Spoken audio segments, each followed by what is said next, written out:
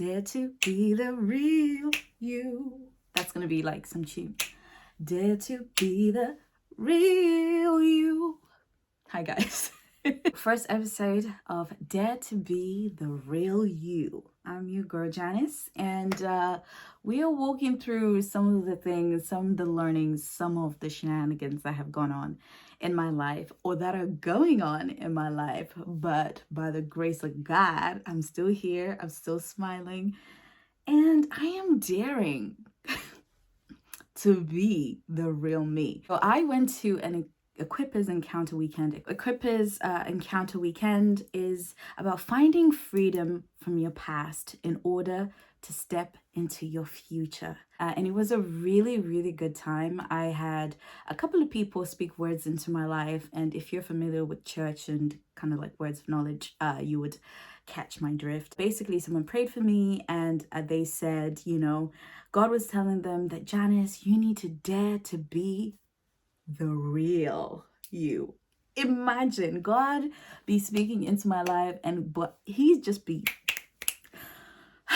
well, that was really an important word. I mean, it meant a lot to me, that term, dare to be the real you, because I feel like as much as I am authentic, there's a lot of things that I have made a subconscious decision to hide or to put in a cupboard and like wait for perfect moments for me to really live them, to really be who I know God has made me to be. So I don't know about you, whether you're watching this and you have things that you've planned in your life, you have dreams, you have parts of yourself that maybe have taken a back seat. Maybe it's because of the situations that you've been through. Join me on this journey of really digging deep and finding those things and just going for it. If you're interested and want to join, you know, keep watching, like, subscribe.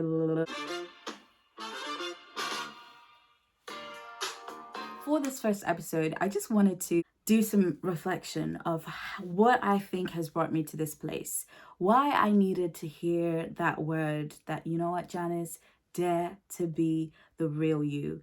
And there's a lot of things that I could delve into, and, you know, this ain't no therapy session or whatever. I had to go back to the diary. My socials is Janice Diaries for a reason, because I've been journaling or writing a diary, I would say, since I was probably like 13. I found an interesting journal from November 2019. It's so dramatic. It sounds so dramatic, but really this is like a really key moment, me reading this back. It's weird, but the older I get, the more lazy, withdrawn, and fearful I become. I'm doing my best to reset, but boy, is it a massive challenge. A few weeks ago, I met up with my auntie and uncle.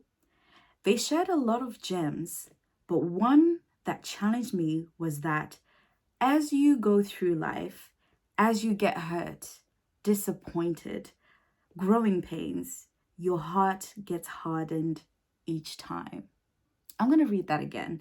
As you go through life, as you get hurt, disappointed, growing pains, your heart gets hardened each time. I'm going to pause, because when I heard that, I was like, it is really true that the more in life we get through, especially if you're not really taking everything in, really meditating on it, meditating on the word, and just like really experiencing life, there is a tendency to just flow. There is a tendency to just go through things, to try and forget about them, to try and be happy, live for the weekend, and your heart gets neglected. I actually read an article, and I wish I could say the name. I think it's Welsh. I will put it somewhere on. The article was called "The Early Warning Signs of a Hard Heart." People promise and don't deliver. Your hopes were bigger than what happened. You trusted someone and your trust was misplaced. Really, that's just life. It happens to everyone. But how you respond is so critical. It's easy to shield yourself from people. It's easy to stop trusting, to stop loving, stop believing. But that would be a mistake, and it kills your heart. And you might be listening to this and you might be thinking, oh, that doesn't cover me. But I'm telling you, there's so many things that I've learned over the past few months that go back to a moment where you got disappointed by someone, to a moment where someone really broke your heart. It is not until I started peeling those things and I'm thinking, that's why I do what I do. That's why I do that. Oh, that makes sense. Oh, she did do that to me. And that made me feel this way, but I haven't dealt with that. I haven't forgiven that person. Oh, see, when you start connecting the dots, you start like feeling lighter and lighter and lighter. And it's so true. Forgiveness is the key, you guys, for a lot of the pains that we go through. Forgiveness. Sometimes it's not that you are holding a grudge with that person. It's that you are actually holding that pain of what they did and you buried it and you thought it's fine. It's cool. I love you with the love of the Lord. Yeah, but have you forgiven though? But have you forgiven though?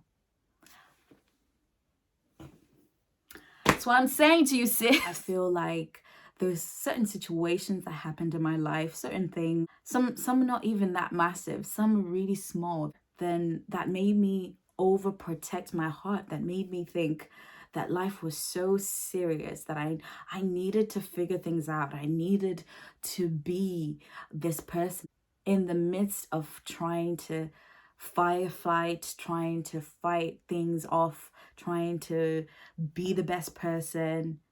You lose that heart, that joy, and that just like zeal for life. We worry about being perceived a certain way.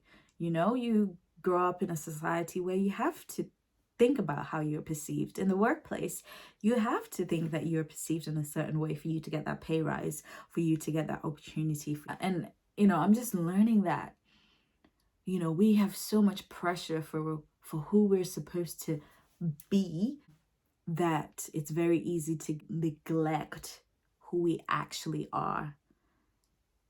And that's when it starts to get a little bit messy. So I don't know about you. I don't know what it is that you have gone through, things that you've faced in your life that have been chipping away at your joy, chipping away at your heart and hardening it.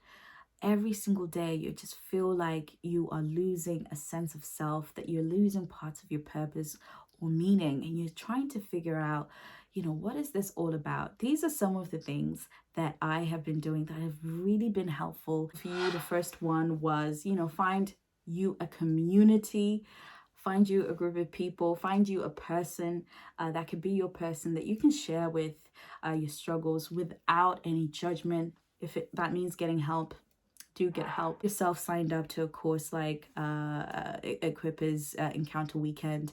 Get yourself into the, you know, people who you know have done the journey, people you know who've experienced it, and people who can kind of walk you through it, but in a safe way, you know, not in a judgmental way, not in a way that, you know, you feel like you're running behind. It's really important, and I always say this, and I always feel like I'm a broken record, but this life, we cannot do it on our own. We need an army around us. We need, you know, people around us to share. And as simple as having somebody to just be like, I feel really sad today, or I just have lost the fire for life, is one step ahead of you, you know, re-engaging that heart and re-engaging that soul to get back to where you are. Self-education. No one is going to know your heart like you do. Like nobody except God. Like, it's between you and God. You know what it is. You know where you have slid back. You know where it is, where, you know the situations, but you need to be not only open to people, but you need to be open to yourself and be open to learn, to research. In life, no one is coming. No one is coming. No one's coming to save you. No one's gonna come to wake you up in the morning. No one's gonna come to tell you to go to the gym. Literally, we have to learn to parent ourselves. So I think it's really important to be self-educated, to know that you're not just relying on somebody telling you what you should do. You can be really honest with yourself and get and seek the knowledge that you need, because there's so many things out there that you can read upon. There's so many books, there's so many resources that can help you research about the things that you love. Get that passion back, lean in, you know what I mean? Meditate, sit in it, sit in the hurt, sit in the pain, cry if you have to. Listen, crying is very important. About this journey is about crying. This daring journey is about crying, I'm telling you. I remember actually listening to somebody say, like, they intentionally put music on that really leads them to that place. Listen, everyone laughs that like certain music gets people to cry, but certain music does help to position, to help you posture your heart. I love to listen to worship music that really get me to that place where I'm like surrendering, because I feel like it's really important to have the right posture in life, even for everyday life. Sometimes when you're stressed and there's a lot going on, you tend to just like focus on millions of things, but actually really finding your heart again and really, injecting that life back is to be still, is to listen and just sit there and just be like, God, I don't know. I do not know who I am right now. I don't know what you're doing, but I'm going to wait. Oh, there's something beautiful about stillness, but it's not easy when you're in the moment, though. I know that, peeps. It ain't easy to be still, but I'm just saying, lean in on stillness, lean in on listening to music, on worship music that really gets you into that place of surrendering, because everything in your body is panicking, but your spirit is really speaking to you. It is always speaking to you. The fourth thing I'm going to say, I'm not even going to sugarcoat it. Listen, seek God. Seek God.